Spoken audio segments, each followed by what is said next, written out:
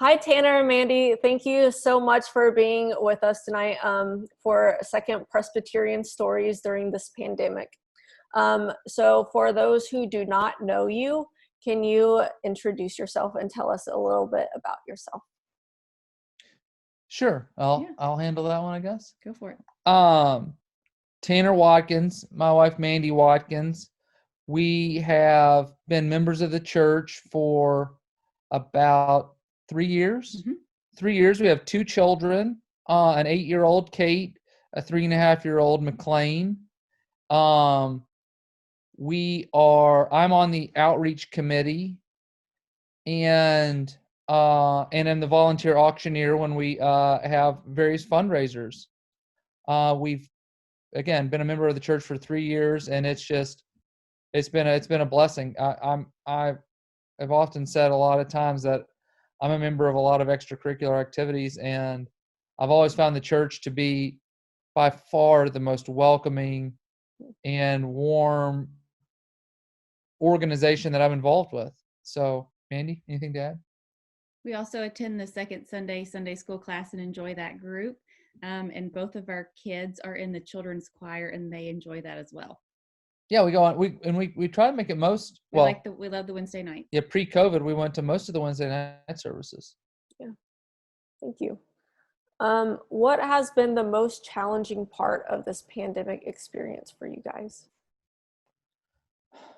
Do you want to start or do you want me to start? I would say the unknown, just having to daily deal with, not knowing what's coming next and just kind of having to go with the flow and having faith and trusting God that that we'll all get through this. And, that I think that's the hardest part.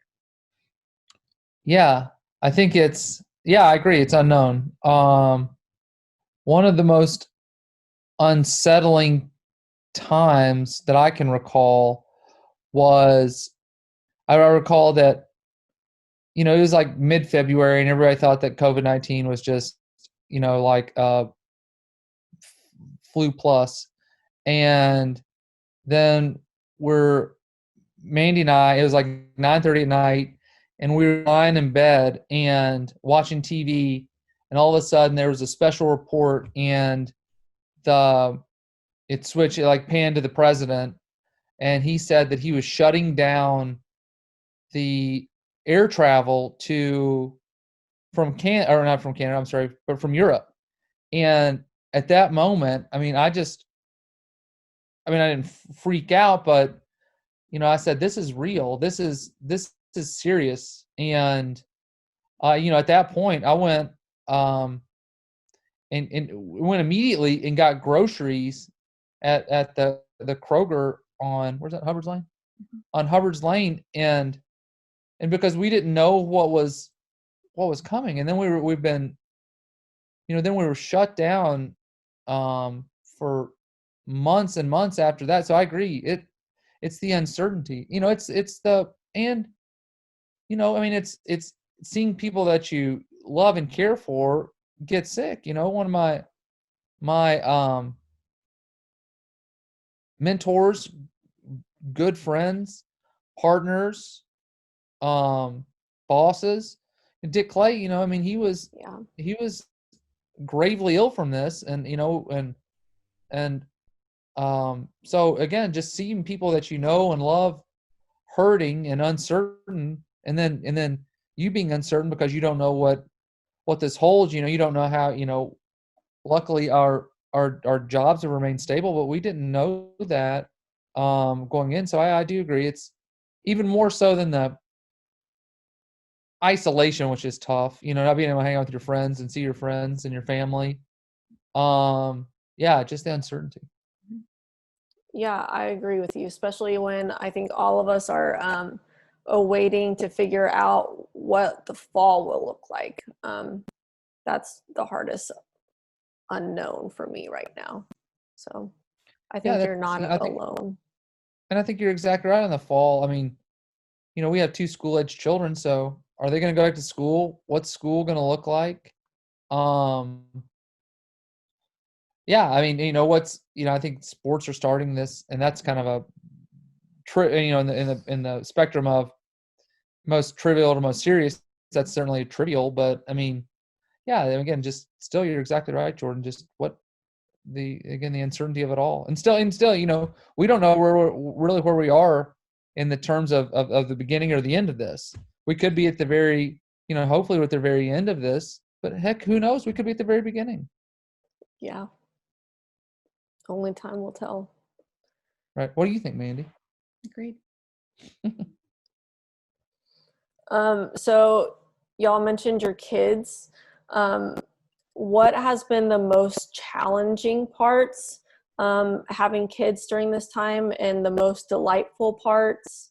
And then as a pastor and someone who cares about faith formation and young people, how do you think this will affect their faith growth in years to come? That's a big question. Sorry. I think the positives with the kids has been just the amount of time that we've spent with them. Mm-hmm. The four of us have spent more time together in the past few months than we had in a really long time. Yeah. We ate every meal together. We did everything together. So that part has actually been nice. On the flip side, with trying to balance the work and the kids and all of that, I feel a lot of guilt because I did have all this time that my kids, they had online school, but really they needed a lot of activities and a lot of structure, and it was hard to give that when you're trying to also juggle working. So I just felt a lot of guilt with that. What about you, Tanner? I mean, I think the hardest part is having,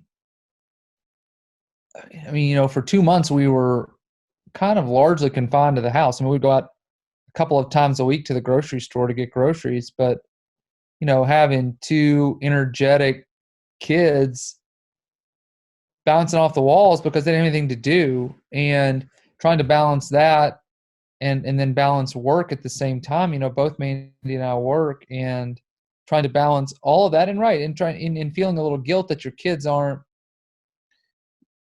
your kids are missing out. They're missing their friends. They're stressed out about this too. They don't know they certainly don't know what's going on. I mean, they hear some virus is affecting people and hurting them, and it's hard for especially our 3-year-old to really rationalize that. So I think that was the toughest part. Again, yeah, I think the best part is, Manny hit the nail on the head. It's spending more time with them, enjoying the smaller and simpler things. We've taken a lot of walks.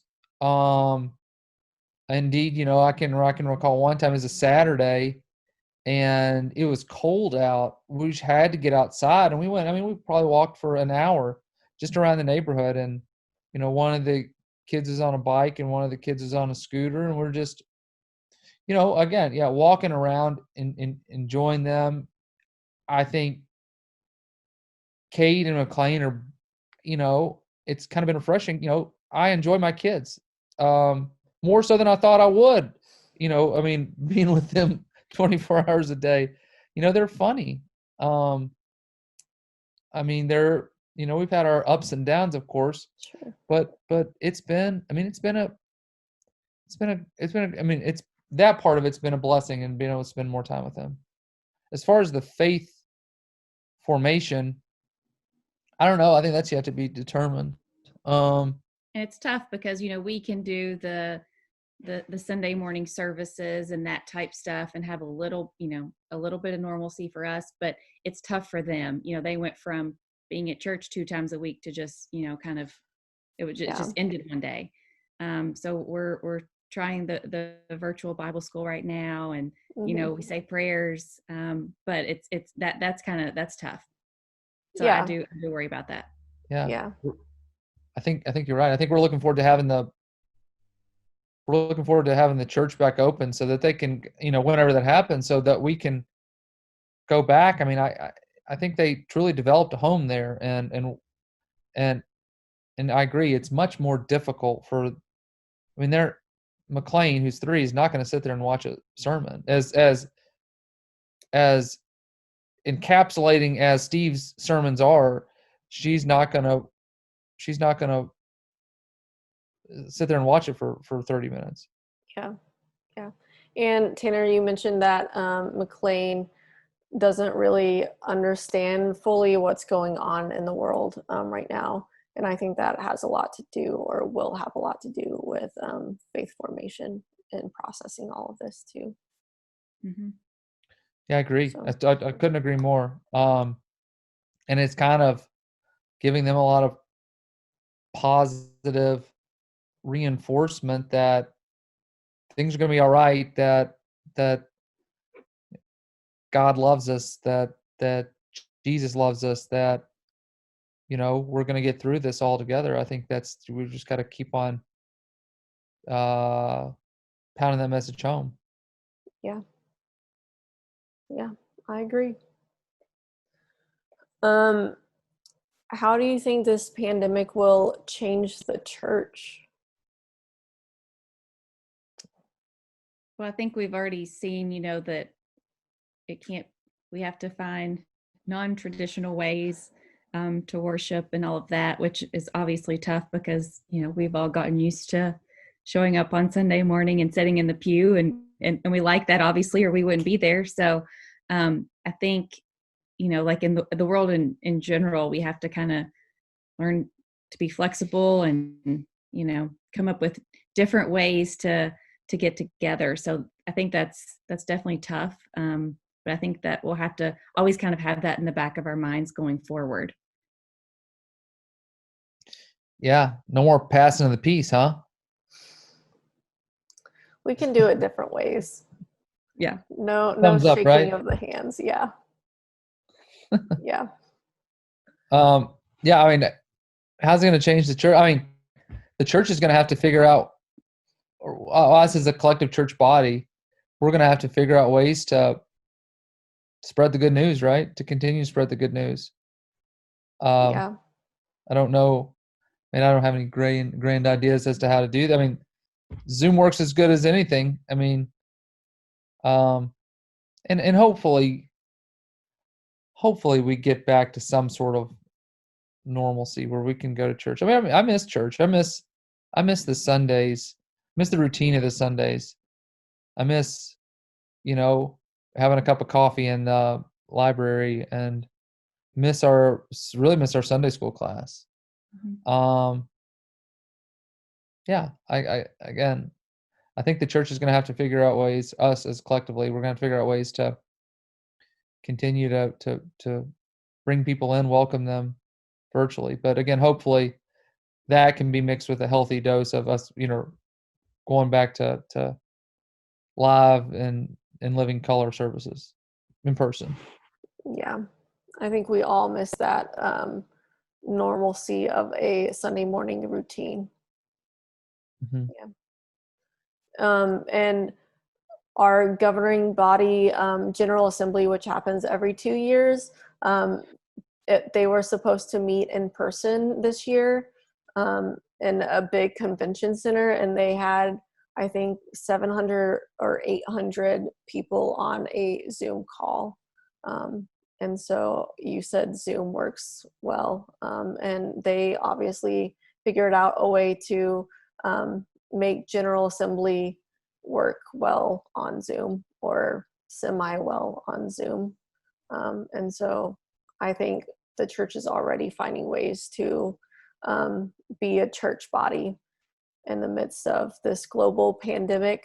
And the longer it goes on, I think the more flexible we will become, I hope. Yeah, I think people are probably inherently resilient, so we'll figure out ways to adapt. Yeah. Thank goodness we have technology like this, right? Yeah, for sure. I mean, it must have been as rough as it is now. I can't imagine what it was like in 1918 when they had the Spanish flu or whatever that I think the pandemic was. I can't either. Yeah. Do y'all have any new family traditions that have come out of this time together, or new favorite family activities? I'll let you answer that one, dear. Well, I think Tanner mentioned before, it's kind of like the simple things.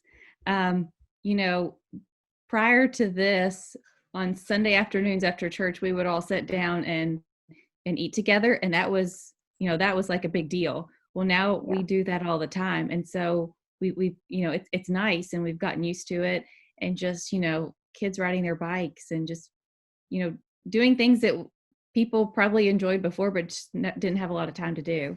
So I think that's what it really is for us. I mean, nothing grand or crazy. We haven't taken up any sort of new hobbies or anything like that. It's just kind of the normal stuff we didn't have time for before.